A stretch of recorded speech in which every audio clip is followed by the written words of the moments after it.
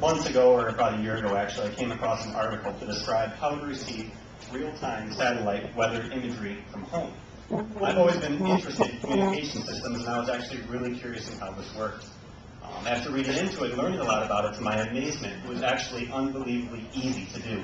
This is actually an image I received myself in my backyard with a scanner, free software, and an antenna that I made. Basically, with the satellites that are available to receive from, we have two different types up in space. The first is the geostationary satellites. These satellites transmit on a pretty high frequency up in the gigahertz range. They're actually somewhat difficult, if not impossible, to receive the information on. You need expensive hardware and software, which I've yet to find that's freely available. But the polar orbiting satellites that are up in space, approximately 800 miles above the Earth's surface, are easy to receive information from. We have currently 4 of these satellites in operation, orbiting the Earth in a polar orbit.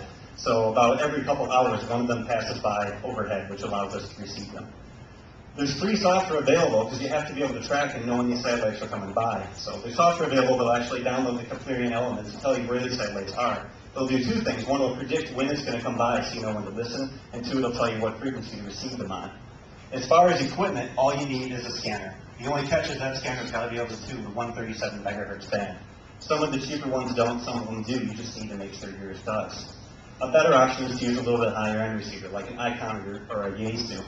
These allow you to tune a little bit more precisely to the satellite and adjust for the Doppler shift, and they also have usually a little bit more sensitive front end, so you can pick up the signal, the weak satellite signal, much more effectively. As far as antennas go, you have to have an outdoor antenna to receive these signals. And the satellite signal is way too weak to be received inside your home, or even under trees for that matter. A dipole antenna will work, but it's not recommended. Dipole antennas are designed mostly for ground-based communications. When you try to use them for satellite, you end up having a lot of noise and fading, as you see here. The reason for this is because a dipole antenna can't see directly up. It has a blind spot. A way to fix this would be to actually take that dipole antenna and lay it on its side, so it actually has a better view of the upward sky. People do this, and they actually add multiple elements to the dipole and create what's called a turnstile antenna. There's plans to make these online, and they work somewhat rather well for satellite reception. Taking this design a step further is actually a more complex design called a Lindenblad antenna. This antenna takes the same dipole elements and actually rotates them at a 45-degree angle, which gives you a little bit better view of the sky. These antennas work very well for satellite reception, but they are somewhat complex to make because of the feed systems going in that have to be precise. The antenna I recommend and I built is what's called a quadrifilar helix antenna. This antenna is a circular polarized antenna designed for satellite communication. This antenna is basically somewhat easy to make, easier than the Lindenblad, and if you actually look at the NOAA satellites themselves that transmit the signal down to Earth, they use the exact same antenna design. It makes sense to use the same antenna to receive the signal, the same antenna that the actual satellites are using to send it. You can build these easily, as I had said. There's plans online, and materials are extremely cheap. I built this one in a period of about 2 hours. Total cost is about $25, mostly just PVC pipe and copper ground wire. Once you have your antenna built, you can actually start receiving satellite signals. This is one that I pulled recently. What we're looking at here is actually a raw signal received by one of the satellites orbiting above. 2 things you'll notice. First is the picture is upside down. The reason for this is because the satellite was from a northbound to southbound direction as it passed us by. The second thing you notice, there's actually 2 channels of video. The image was double. The reason is there's 2 separate imagers in the satellite that are sending the video information down to us. One of these is infrared, one of these is visible.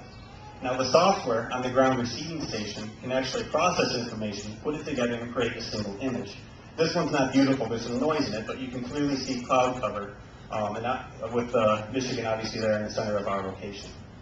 Another neat feature about the software, which again, the software is all free, you can just download it from Linux or Windows, it doesn't matter, is it can do post-processing.